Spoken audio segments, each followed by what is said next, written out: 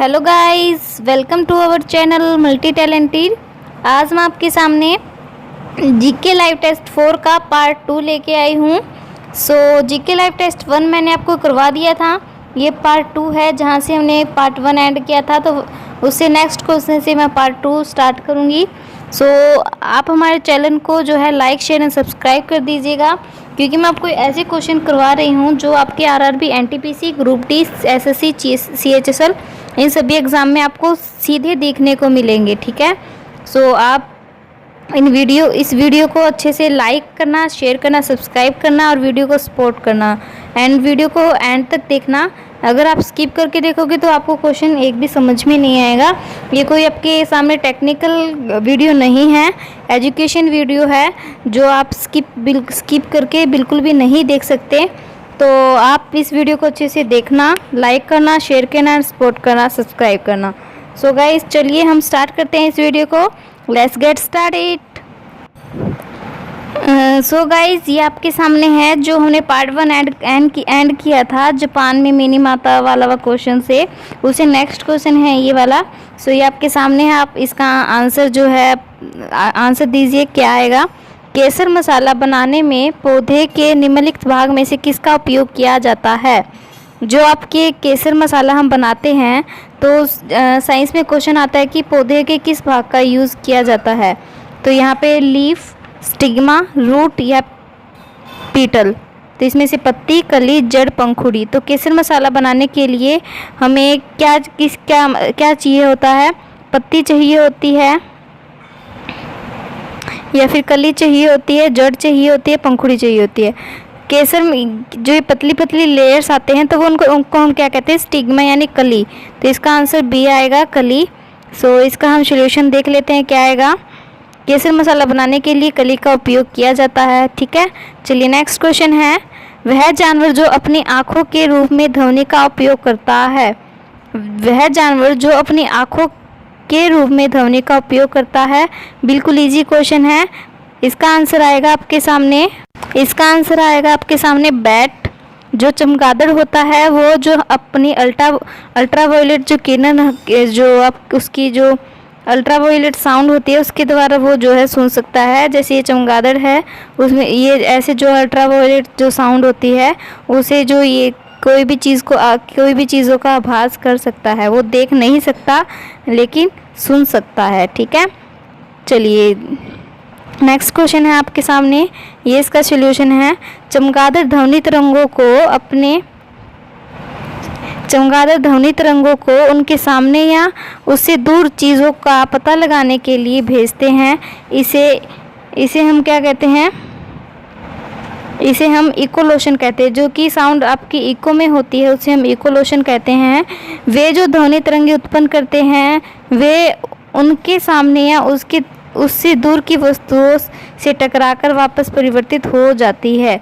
इससे चमगादड़ को पता चल जाता है कि यहाँ पे क्या चीज़ है, मतलब उसको आभास हो जाता है उस चीज़ का। ठीक है, चलिए नेक्स्ट क्वेश्चन है ये आपके सामने। वातस्फीति पर्यावरण प्रदूषण के कारण होने वाली बीमारी है, जिसमें शरीर का प्रभावित अंग होता है। वातस्फीति एक जो है आपके सामने बीमारी है। तो ये जो बीमारी पर्यावरण प्रदूषण के कारण होती है, तो इससे आपके बॉडी का कौन सा पार्ट जो अफेक्ट करता है। लीवर, बताइए, लीवर, किडनी, लंग्स या फिर ब्रेन। तो इसका आंसर आप बताइए। चलिए इसका आंसर आपके सामने होगा। जो वातस्फीति जो पर्यावरण प्रदूषण के कारण बीमारी होती है, इससे आपका जो प्रभावित अंग है वो है लंग्स यानी फेफड़े इससे प्रभावित होते हैं।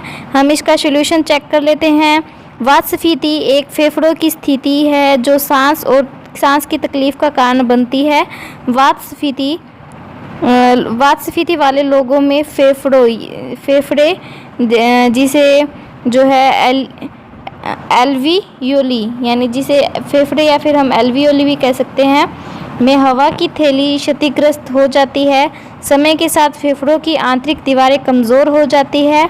यह फेफड़ों की तय क्षेत्र को कम करता है और फलस्वरूप रक्त प्रवाह में ऑक्सीजन की मात्रा भी घट जाती है।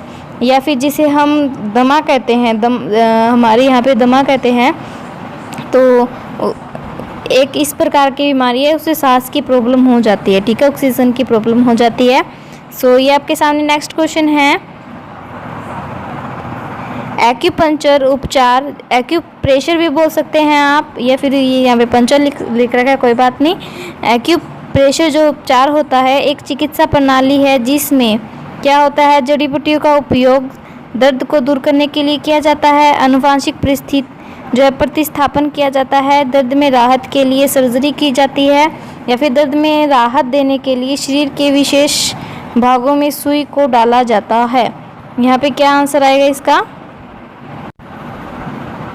बताइए। इसका आंसर होगा आपके सामने जो एक्यूपंक्चर जो उपचार है वो उसमें क्या किया जाता है, जिस व्यक्ति को हुआ होता है तो दर्द में राहत देने के लिए उसकी विशेष जो शरीर के जिस अंग में उसको दर्द है उसमें उसको इंजेक्शन या फिर हम बोल देते सुई को डाला जाता है। ठीक है, चलिए इसका हम सॉल्यूशन देख लेते हैं। एक्यूपंक्चर उपचार का एक रूप है जिसमें शरीर के विशिष्ट बिंदु पर किसी व्यक्ति की त्वचा पर पतली सुई को विभिन्न गहराई तक डाला जाता है। ठीक है, चलिए नेक्स्ट क्वेश्चन है आपके सामने।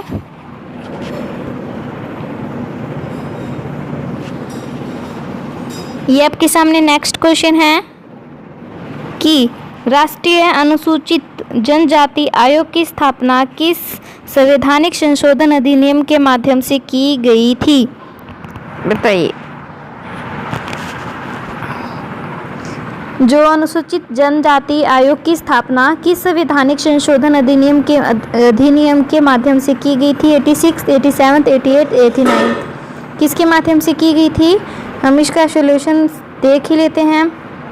तो इसका आंसर होगा 89, जो राष्ट्रीय अनुसूचित जनजाति आयोग NCST, जिसे हम क्या बोल सकते हैं, national commission of scheduled tribes. ठीक है, की स्थापना संविधान 89वां संविधान संशोधन अधिनियम जो 2003 में हुआ था के माध्यम से अनुच्छेद 338 में संशोधन करके और संविधान के एक नया अनुच्छेद 338A शामिल करके की गई थी।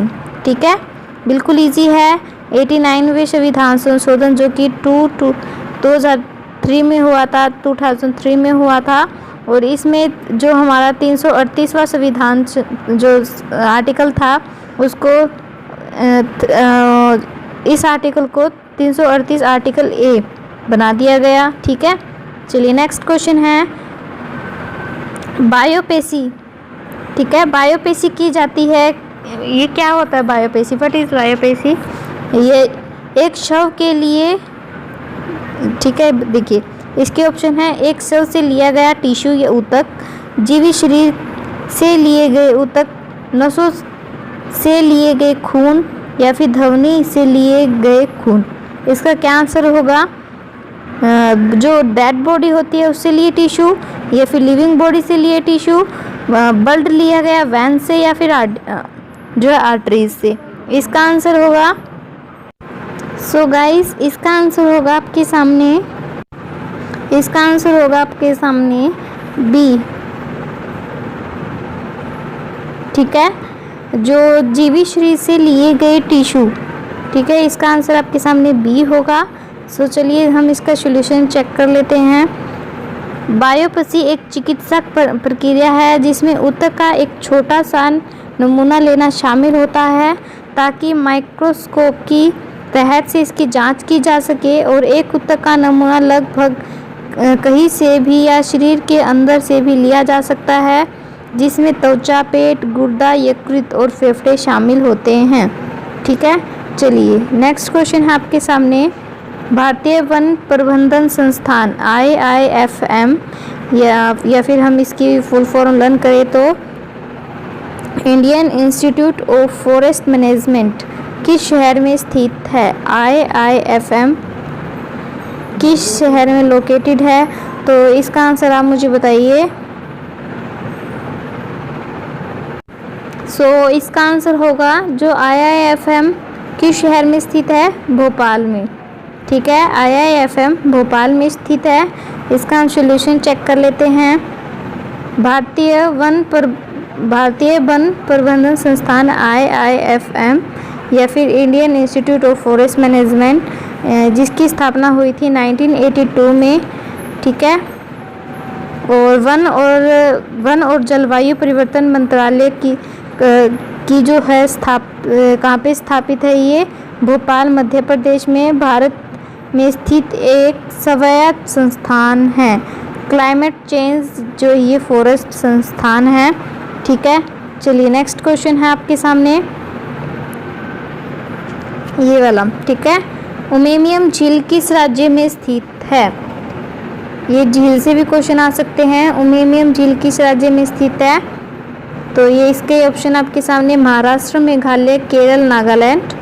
चलिए इसका आंसर दीजिए। गाइज मैं जैसे आपको बोलती हूँ, आप मुझे इस क्वेश्चन का जैसे आंसर दीजिए। ये नहीं है कि मैं लाइव हूँ तो आप सोचोगे आंसर हम कैसे दें। आप आंसर जो है, जैसे मैं आपको एक क्वेश्चन करवा रही हूँ, आपको 5 से 10 सेकंड का टाइम देती हूँ, तो आप उसमें ये सोच लीजिए कि इसका आंसर आप अगर एग्ज़ाम में होते तो क्या करके आते। इससे आपकी प्रैक्टिस भी होगी और आपकी एक फीलिंग आएगी कि आप एग्ज़ाम में कैसे क्वेश्चन को डील करोगे। तो इस हिसाब से मैं बोलती हूँ आप इसका एक आंसर दीजिए। नहीं तो मैं ये क्वेश्चन लेके इसका आंसर मैंने सीधा बता दिया तो इसमें कोई बेनिफिट नहीं होता है। तो आप अगर आप जैसे तुक्का मारना नहीं चाहिए वैसे, लेकिन अगर आप तुक्के भी मारते हो तो आपको पता चल जाना चाहिए कि आपका तुक्का किस हद तक सही बैठता है। यदि अगर सही नहीं होता तो आप तुक्के को अवॉइड कर दीजिए।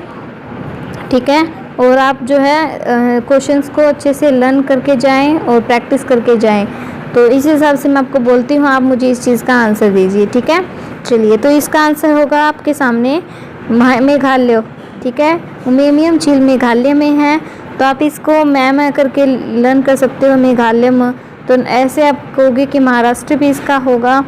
तो जैसे मेघ आती है, बादल होते हैं, तो हमारे मुंह से आवाज़ निकलती है क्यों? क्योंकि हमें पकोड़े खाने का मन हो जाता है, क्योंकि बारिश होएगी, बादल आएंगे तो हम करते हैं तो ये इसकी ट्रिक, आप ऐसे कोई भी ट्रिक बना के इसको लर्न कर सकते हो। ठीक है, चलिए नेक्स्ट क्वेश्चन है आपके सामने। इसका सॉल्यूशन है उमियम झील भारत के मेघालय राज्य के शिलोंग, मेघालय की राजधानी है शिलोंग, से 15 किलोमीटर उत्तर में पहाड़ियों में स्थित एक जलाशय है। ठीक है, और इसे 1960 के दशक में, ठीक है, 1960 के दशक में शुरुआत में उमियम नदी पर बांध बनाकर बनाया गया था। ठीक है, चलिए नेक्स्ट क्वेश्चन है आपके सामने। ये आपको जो है मैच करना है।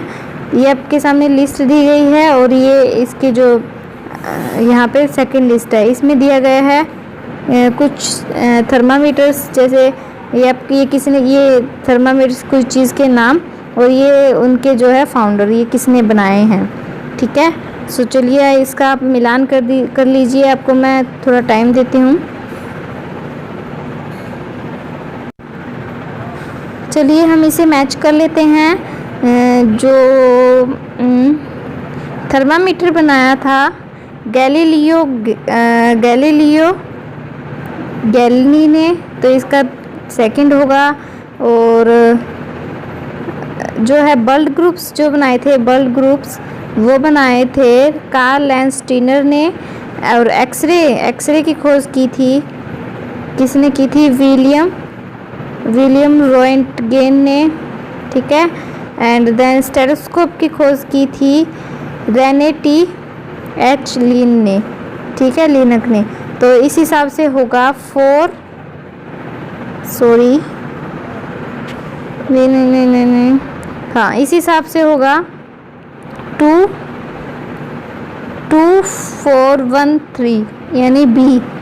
इसका आंसर हो जाएगा बी। चलिए हम इसको चेक कर लेते हैं। थर्मामीटर की खोज की थी गैलीलियो गैलीली ने, समूह की कार्ल लैंडस्टीनर ने, एक्सरे की विलियम रोएंटगेन ने और स्टेथोस्कोप की थी रेने टी एच लेनक ने। ठीक है, नेक्स्ट क्वेश्चन है आपके सामने।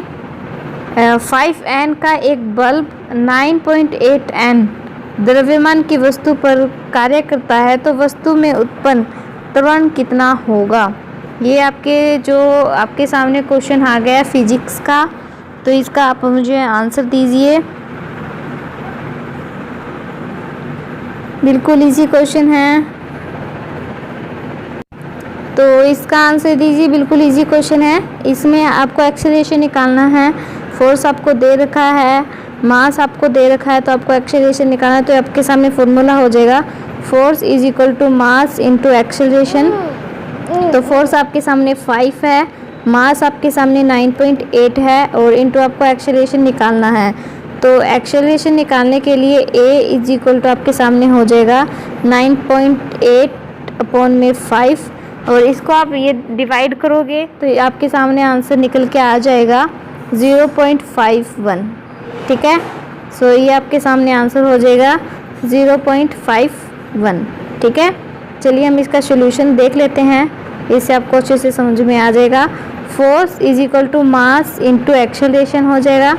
5 इज इक्वल टू 9.8 और हमें एक्सेलरेशन निकालना है, तो एक्सेलरेशन निकालने के लिए हमें करना होगा 9.8 अपॉन में 5, तो आपके सामने आंसर हो जाएगा 0.51। तो एक्सेलरेशन होगी आपकी 0.51। ठीक है, नेक्स्ट क्वेश्चन है, समान त्रिज्या के दो धातु के गोले हैं जिसमें एक ठोस है और दूसरा खोखला है, तो तब क्या होगा। उसमें समान रूप से चार्ज किया जा सकता है अधिकतम।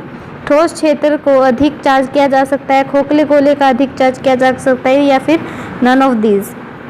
तो इसको हम सॉल्यूशन ही देख लेते हैं ज़्यादा टाइम वेस्ट न करते हुए। ठीक है, दोनों गोले पर समान आवेश होगा, सेम अमाउंट ऑफ चार्ज। ठीक है, तो इसका आंसर होगा अधिकतम ए वाला। ठीक है, उन्हें समान रूप से चार्ज किया जा सकता है। दो गोले होंगे, यदि दो गोले होंगे, एक यदि सॉलिड होगा और दूसरा खोखला होगा, तो उसे हम समान चार्ज कर सकेंगे। दोनों ठोस हो गए तो उनको समान चार्ज नहीं कर सकेंगे। ठीक है, चलिए, और ऐसा इसलिए है क्योंकि दोनों गोले की धारिता जो होगी, एक गोले की धारिता केवल उसकी त्रिज्या पर निर्भर करती है और इससे कोई फर्क नहीं पड़ता कि गोला खोखला है या ठोस। ठीक है, चलिए नेक्स्ट क्वेश्चन है आपके सामने, एक परमाणु का आकार किस क्रम में होता है। ठीक है, एक जो एटम होता है उसका साइज किसके अंडर आता है, उसका साइज कितना होता है। 10⁸, 10⁻10, 12, 14। तो इसका आंसर हम देख लेते हैं। इसका आंसर होगा 10⁻⁻10 मीटर। ठीक है, क्रम में होता है। चलिए नेक्स्ट क्वेश्चन है, जो आपका यूरेनियम 238 या फिर पार्टिकल्स कण दिए होते हैं, 6 पार्टिकल कण उत्तेजित करता है, तो उत्पाद नाभिक में न्यूट्रॉन और प्रोटॉन कितने होंगे। बिल्कुल इजी क्वेश्चन है ये आपके सामने। यदि 8 particles and 6 particles, 8 alpha particle and 6 beta particle आपके सामने उत्तेजित करता है, तो उसका नाभिक में न्यूट्रॉन और प्रोटॉन कितने होंगे। इसके हम आपको मैं सीधे सॉल्यूशन के साथ ही समझा देते हैं। ये देखिए, ये बिल्कुल आपके सामने है।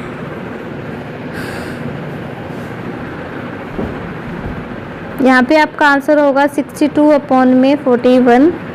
ठीक है, तो आप चाहे इस आंसर को रट लीजिए, तो यही आपके सामने इसका आंसर होगा। ठीक है, सो चलिए ये आप इसको स्क्रीनशॉट कर लीजिए और इसको अच्छे से समझ लेना, आपको ये समझ में आ जाएगा। फिर भी मैं आपको बता देती हूँ, जो आपके रुकिए 1 मिनट।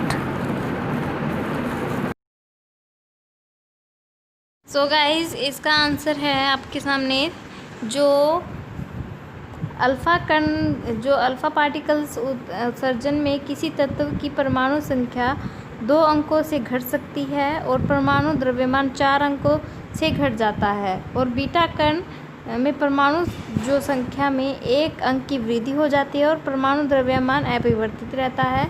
और 8 जो आपके सामने दिया हुआ था क्वेश्चन में, 8 अल्फा कण उत्सर्जन के बाद परमाणु संख्या और द्रव्यमान क्रमशः 76 और 206 होगा।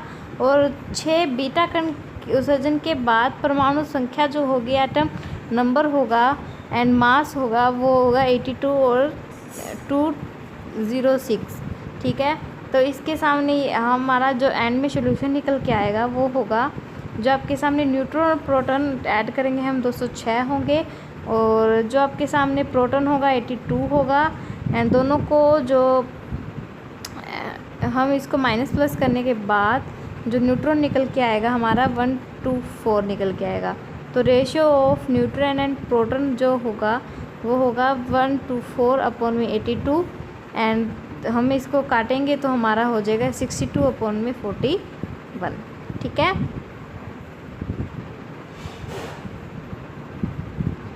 सो चलिए आपके सामने हम चलिए नेक्स्ट क्वेश्चन करते हैं। नेक्स्ट क्वेश्चन है आपके सामने कासिम,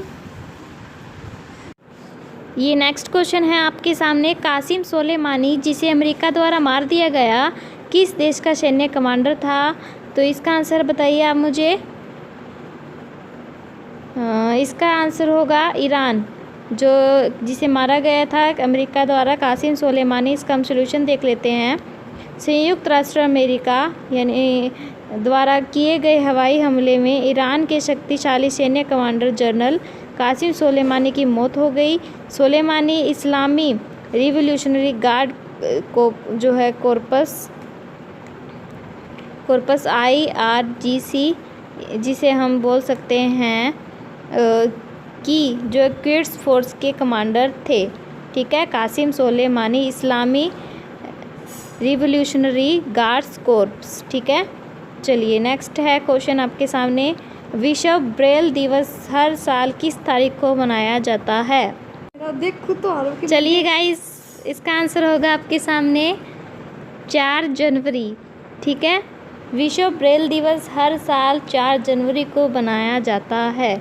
ठीक है, विश्व ब्रेल दिवस पूरे विश्व में 4 जनवरी को मनाया जाता है। संयुक्त राष्ट्र महासभा ने 4 जनवरी को विश्व ब्रेल दिवस के रूप में घोषित करने के लिए नवंबर 2018 में एक प्रस्ताव पारित किया था। ठीक है, चलिए नेक्स्ट क्वेश्चन है। रायसीना डायलॉग एक वार्षिक जो है पार्श्व सम्मेलन है, जो किस मंत्रालय द्वारा आयोजित किया गया है? रायसीना डायलॉग एक वार्षिक बहुपार्श्व सम्मेलन है, जो किस मंत्रालय द्वारा आयोजित किया गया है? इसका आंसर दीजिए। सो गाइस, इसका आंसर होगा आपके सामने विदेश मंत्रालय। ठीक है, एक्सटर्नल अफेयर्स मिनिस्ट्री ने जो है इस सम्मेलन को आयोजित किया गया था। ठीक है, चलिए इसका हम सॉल्यूशन देख लेते हैं। रायसीना संवाद एक वार्षिक संयुक्त सम्मेलन है, जिसका आयोजन 2016 में विदेश मंत्रालय द्वारा अग्रणी think tank observer research foundation, जिसे हम बोल सकते हैं ORF, ठीक है, ऑब्जर्वर रिसर्च फाउंडेशन के सहयोग से किया गया है। ठीक है, चलिए नेक्स्ट क्वेश्चन है। खादी और ग्रामोद्योग आयोग KVIC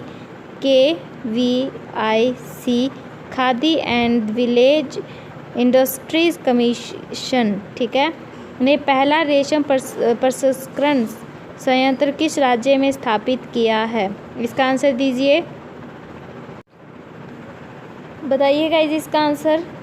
इसका आंसर होगा पहला रेशम प्रसंस्करण संयंत्र गुजरात में आयोजित किया गया, ठीक, सॉरी, स्थापित किया गया है। तो इसका सॉल्यूशन देख लेते हैं हम। जो खादी और ग्रामोद्योग KVIC ने गुजरात के सुरेंद्रनगर जिले में अपने पहले रेशम प्रसंस्करण संयंत्र का उद्घाटन किया। कहाँ पर? गुजरात के सुरेंद्रनगर जिले में। और इस नए संयंत्र में रेशम के धागों की कीमत में कमी आएगी और जो पटोला साड़ियों का उत्पादन को बढ़ावा मिलेगा। ठीक है, चलिए नेक्स्ट क्वेश्चन है आपके सामने। किस राज्य के परिवहन विभाग ने हाल ही में महिलाओं के लिए दामिनी नामक हेल्पलाइन शुरू की है? बिल्कुल इजी क्वेश्चन है, ये ट्रेंड में था ये क्वेश्चन, बिल्कुल आपके इम्पोर्टेंट क्वेश्चन में एक है ये दामिनी नामक हेल्पलाइन। सो गाइस, इसका सॉल्यूशन है आपके सामने। उत्तर प्रदेश सरकार ने सार्वजनिक सड़क परिवहन में महिलाओं की सुरक्षा के सुधार के लिए उत्तर प्रदेश राज्य सड़क परिवहन निगम, यानी हम इसको शॉर्ट फॉर्म में बोले तो UPSRTC, ठीक है, Uttar Pradesh state road transport corporation ने दामिनी नामक महिलाओं के लिए एक हेल्पलाइन शुरू की। यह योजना केंद्र सरकार की निर्भया योजना, जो दिल्ली में निर्भया कांड हुआ था, के हिस्से के रूप में शुरू की गई है। ठीक है, चलिए नेक्स्ट क्वेश्चन है। निम्नलिखित में से कौन सा जो है प्रवाल भित्तियों, सो गाइस इसका आंसर बताइए। निम्नलिखित में से कौन सा प्रवाल भित्तियों और समुद्री जीवन के लिए विषाक्त सनस्क्रीन और प्रतिबंधी करने वाला पहला देश बन गया है? कौन सा देश बन गया है? इसका नाम होगा पलाऊ। जो पलाऊ देश है, प्रवाल भित्तियों और समुद्री जीवन के लिए विषाक्त सनस्क्रीन और प्रतिबंध करने वाला पहला देश पलाऊ बन गया है। इसका सॉल्यूशन चेक कर लेते हैं हम। पश्चिमी प्रशांत महासागर में एक छोटा सा द्वीपीय राष्ट्र पलाऊ ने सनस्क्रीन पर प्रतिबंध लगाया, जिसमें प्रवाल भित्तियों को नामांकित करने वाले रसायन होते हैं। ठीक है, चलिए नेक्स्ट क्वेश्चन है। हाल ही में किस शहर में राष्ट्रीय आपदा प्रतिक्रिया बल, ठीक है, राष्ट्रीय आपदा प्रतिक्रिया बल IDRF यानी नेशनल डिजास्टर रिस्पांस फोर्स अकादमी की आधारशिला रखी गई? कहाँ पर रखी गई? इसका सॉल्यूशन चेक कर लेते हैं। महाराष्ट्र नागपुर में राष्ट्रीय आपदा प्रतिक्रिया बल अकादमी की नींव महाराष्ट्र के नागपुर में केंद्रीय गृह मंत्री अमित शाह ने रखी और राष्ट्रीय आपदा प्रतिक्रिया बल का गठन वर्ष 2006 में किया गया था। ठीक है, चलिए नेक्स्ट है। इसरो के अनुसार नई चंद्रयान 3 जो चंद्रयान प्रोजेक्ट 3 परियोजना की अनुमति लागत क्या है? जो चंद्रयान 3 प्रोजेक्ट जो इसरो करेगा उसकी जो है अनुमानित लागत कितनी होगी, अमाउंट कितनी होगी, कितने रुपए लगेंगे? उसमें लगेंगे 600 करोड़ रुपए। ठीक है, सरकार ने चंद्रयान 3 की परियोजना को मंजूरी दे दी है और इसरो के अध्यक्ष के सिवन की घोषणा के अनुसार इस परियोजना में अनुमानित जो लागत होगी वो होगी 600 करोड़ से अधिक। ठीक है, 600 करोड़ से अधिक होगी। नेक्स्ट क्वेश्चन है। हाल ही में रेलवे बोर्ड के अध्यक्ष कौन हैं? इसका आंसर बताइए। किसे नियुक्त किया गया है? ठीक है, वो रेलवे बोर्ड के अध्यक्ष हैं विनोद कुमार यादव। ठीक है, चलिए इसका हम सॉल्यूशन देख लेते हैं। रेलवे बोर्ड के वर्तमान अध्यक्ष विनोद कुमार यादव ने हाल ही में मंत्रिमंडल की नियुक्ति समिति द्वारा पुनः नियुक्ति के बाद अध्यक्ष के रूप में पद ग्रहण किया। उन्होंने जनवरी 2019 में पहले कार्यकाल के लिए अध्यक्ष के रूप में नियुक्त किया गया था। ठीक है, चलिए नेक्स्ट क्वेश्चन है। भारत विज्ञान Congress ISC Indian science Congress ने 107वें संस्करण में कौन सा शहर मेजबान शहर है? कहाँ पे इसका 107वां संस्करण किया गया था? कौन से शहर में किया गया था? इसका आंसर है बेंगलुरु। ठीक है, प्रधानमंत्री नरेंद्र मोदी ने बेंगलुरु के कृषि विज्ञान विश्वविद्यालय में भारतीय विज्ञान कांग्रेस ISC के 107वें संस्करण का उद्घाटन किया। इवेंट का मुख्य विषय, इसकी थीम क्या थी? थीम बहुत ज़्यादा इम्पोर्टेंट होती है। इसकी थीम थी science and technology rural development, ये इसकी थीम थी। और ये आज का आपका लास्ट क्वेश्चन था। आज का मतलब GK लाइव टेस्ट 4 का लास्ट क्वेश्चन था। मैंने आपको GK लाइव टेस्ट 4 पार्ट 2 में आपको कंप्लीट करवा दिया है मोर देन 40 क्वेश्चंस, और ये बहुत ज़्यादा इम्पोर्टेंट क्वेश्चन है सारे के सारे। सो गाइज़, आप इस वीडियो को अच्छे से देखिएगा। एक बार आप इस वीडियो को स्लो मोड पे देखिएगा, फिर फास्ट मोड पर देखिएगा, आपको 2 बार देखने के बाद इसके क्वेश्चन बिल्कुल अच्छे से लर्न हो जाएंगे। एंड हम मिलते हैं जीके लाइव टेस्ट पार्ट 5 में। तब तक आप हमारे चैनल को guys like share and subscribe कर दीजिएगा। मिलते हैं नेक्स्ट वीडियो में। तब तक आप हमारे चैनल को तब तक आप हमारे चैनल को लाइक एंड शेयर कीजिएगा। चैनल को सब्सक्राइब कर दीजिएगा। और मोर नोटिफिकेशन एंड अपडेट्स के लिए आप हमारे चैनल के बेल आइकन को भी प्रेस कर दीजिएगा, ताकि आपको नए नए अपडेट्स मिलते रहें। सो गाइस, तब तक आप keep studying, keep sharing. Thank you for watching this video guys. Bye bye.